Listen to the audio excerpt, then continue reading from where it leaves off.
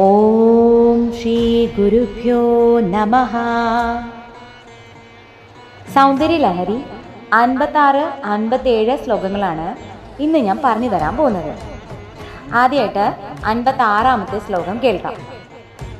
തവാപർണേ കർണേ ജപനയന പൈശൂന്യചകിതാ നിലീയന്തേ തോയേ നിയതമനിമേഷാ ശഫരികാ ഇയം ച ശ്രീർബദ്ധ ഛദപുടകവാടം കുവലയം ജഹാതി പ്രത്യൂഷേ നിശിച വിഘടയ്യാ പ്രവിശതി. അമ്മേ മംഗളസ്വരൂപിണി, അവിടുത്തെ കാരുണ്യ കടാക്ഷം സദാ ഞങ്ങളിൽ പര്യണി. ഞങ്ങളെ താൻ നമസ്കരിക്കുന്നു. ഇനി ശ്ലോകത്തിൻ്റെ അർത്ഥം കേൾക്കാം. ദേവി സദാ തൃക്കണ്ണുകൾ അടയ്ക്കാതെ വർത്തിക്കുന്നത് പോലെ പെൺമത്സ്യങ്ങളും സദാ കണ്ണു മിഴിച്ചുകൊണ്ടേയിരിക്കുന്നു. അത് കണ്ട് ദേവിയുടെ നേത്രദ്വയം കാതിനടുത്തു ചെന്ന് ഏഷണി പറയുകയാണോ എന്ന് ഭയന്ന് മത്സ്യങ്ങൾ പേടിച്ച് ഒളിച്ചിരിക്കുന്നുവോ എന്ന് തോന്നുന്നു. ശ്ലോകത്തിന്റെ 2ാം പകുതിയിൽ നീലോൽപല പൂവിനെ ദേവിയുടെ തിരുമിഴികളോട് ഉപമിക്കുന്നു. രാത്രി യോഗനിദ്രയിൽ വർത്തിക്കുമ്പോൾ ദേവിയുടെ തിരുമിഴികളുടെ ശോഭ കള്ളത്തരത്തിൽ പുറത്തുവരുന്നു. പൂവിന്റെ ഇതൾ എന്ന വാതിൽ തുറന്ന് നീലോൽപലം പൂവിനുള്ളിൽ കയറിയിരിക്കുന്നു. ആ പൂവ് വിടർന്ന് ഭംഗി തുളുമ്പിക്കൊണ്ട് നിൽക്കുന്നത് പ്രഭാതത്തിൽ തന്നെ ഈ ശോഭ വിട്ട് ദേവിയുടെ തിരുമിഴികളിൽ തന്നെ കയറിക്കൂടുന്നു. ഈ കാര്യം രഹസ്യമായി കാതുകളിൽ മന്ത്രിക്കുവാൻ തൃക്കണ്ണുകൾ കാതിനെ സമീപിച്ചുവോ എന്ന് തോന്നിപ്പോകുന്നു. ദേവിയുടെ നേത്രങ്ങളോട് ഉപമിക്കാവുന്നത് പെൺമീനും നീലോൽപലവും ആണ് എന്നാണ് സാരം. ഓം ശ്രീ മഹാദേവ്യേ നമഃ. ഇനി 57-ാമത്തെ ശ്ലോകം. ഇത് ആചാര്യ ഭഗവത്പാദർ ദേവി കടാക്ഷത്തിനായി പ്രാർത്ഥിക്കുന്ന ശ്ലോകമാണ്. ത്രിശാദ്രാക്രീയസ്യാ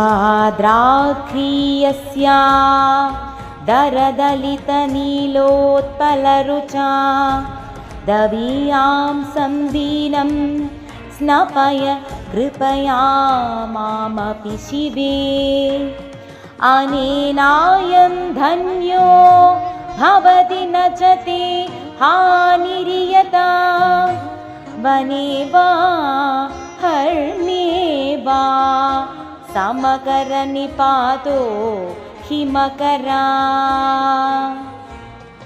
കൃപാമയ്യായ അമ്മേ, കടാക്ഷാമൃതം പൊഴിച്ചാലും ഞങ്ങളിതാ നമസ്കരിക്കുന്നു. ഇനി ശ്ലോകത്തിൻ്റെ അർത്ഥം. അല്ലയോ സർവമംഗളയായ ദേവി, അല്പം വിടർന്ന നീലോൽപലം പോലുള്ള കാന്തിയോടുകൂടിയ ദീർഘമായ കണ്ണിൻ്റെ കടാക്ഷത്താൽ നിന്തിരുവടിയിൽ നിന്ന് അതിദൂരത്തിൽ കിടക്കുന്ന ദരിദ്രനായ എന്നെയും കരുണയോടെ സ്നാനം ചെയ്യിക്കണേ. ഈ കടാക്ഷാഭിഷേകത്താൽ ഞാൻ കൃതാർത്ഥനായി തീരുന്നു. ഇത്രമാത്രം കൊണ്ട് നിന്തിരുവടിക്ക് ഒരു നഷ്ടവുമില്ല.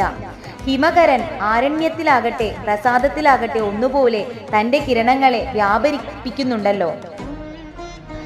അതായത് ഇവിടെ ശ്രീ ശങ്കരാചാര്യ സ്വാമികൾ നമുക്ക് വേണ്ടിയാണ് ദേവിയോട് കെഞ്ചി അപേക്ഷിക്കുന്നത്. ദീനരും ദരിദ്രരും മായാവലയത്തിൽ അകപ്പെട്ടവരുമായ അമ്മയെ വിളിച്ചു കരയുന്ന സകലർക്കും വേണ്ടിയാണ് ഈ 57-ാമത്തെ ശ്ലോകം. അതായത് ഈ പ്രാർത്ഥന. ശ്രീ ശങ്കര ഭഗവത്പാദരുടെ പ്രാർത്ഥന നിരസിക്കുവാൻ ദേവിക്ക് കഴിയില്ല.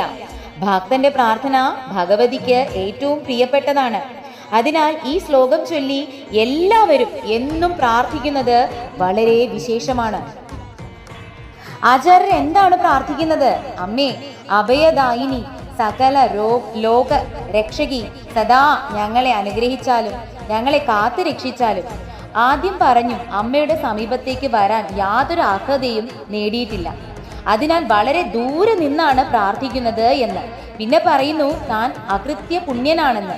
പുണ്യം ചെയ്തിട്ടില്ലാത്ത തനിക്ക് ദേവീ ദർശനത്തിനോ ദേവിയുടെ കൃപയ്ക്കോ പാത്രമാകാൻ കഴിയുന്നത് എങ്ങനെയാണ്? അല്പം ഓർത്തപ്പോ ആചാര്യർക്ക് തോന്നി അത് ശരിയല്ല. ദേവീ ദർശനം പുണ്യം ചെയ്തവർക്ക് മാത്രമുള്ള സ്വകാര്യ സ്വത്തല്ല. സകലരും ലോകമാതാവായ അമ്മയുടെ മക്കളാണ്. കഴിവുള്ളവരും അറിവുള്ളവരും ഉള്ളതുപോലെ കഴിവും അറിവും ഇല്ലാത്തവരും അമ്മ തുല്യമായിട്ടാണ് മക്കളെ സ്നേഹിക്കുന്നത്. ആർക്കും അമ്മയെ അവരവരുടെ അറിവും കഴിവും അനുസരിച്ച് പ്രാർത്ഥിക്കാം. തികഞ്ഞ മനഃശുദ്ധി വേണമെന്ന് മാത്രം. അതാണ് ശ്രദ്ധിക്കേണ്ടത്. അമ്മയെ ആർക്കും പ്രാർത്ഥിക്കാം, പക്ഷേ മനസ്സിന് ശുദ്ധി ഉണ്ടെങ്കിലേ അമ്മയുടെ സാന്നിധ്യം അറിയാൻ സാധിക്കുള്ളൂ എന്ന് സാരം. അവ്യാജ കരുണാമൂർത്തിയാണ് അമ്മ എന്ന് ലളിതാ സഹസ്രനാമത്തിലും പറയുന്നുണ്ട്.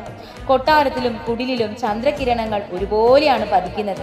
അമ്മയുടെ കാരുണ്യവർഷവും സകലർക്കും തുല്യമായി തന്നെ ലഭിക്കുമെന്ന് ശ്രീ ശങ്കരാചാര്യ സ്വാമികൾക്കറിയാം. എങ്കിലും നമ്മെ പോലെ സാധാരണക്കാർക്ക് വേണ്ടിയാണല്ലോ അവിടുന്ന് സ്തുതികളും മറ്റും രചിച്ചത് തന്നെ.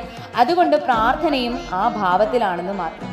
ഭക്തി, വിശ്വാസം, വിനയം എന്നീ മൂന്നുമുള്ള സകലർക്കും അമ്മയുടെ അനുഗ്രഹവും ദർശന സൗഭാഗ്യവും ലഭിക്കുമെന്ന് ആചാര്യർ നമുക്ക് ബോധ്യപ്പെടുത്തി തരികയാണ് ഈ ശ്ലോകത്തിലൂടെ.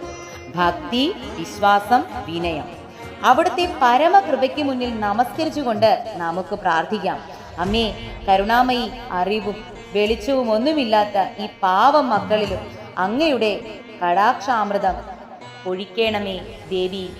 സർവം ജഗദംബാർപ്പണമസ്തു.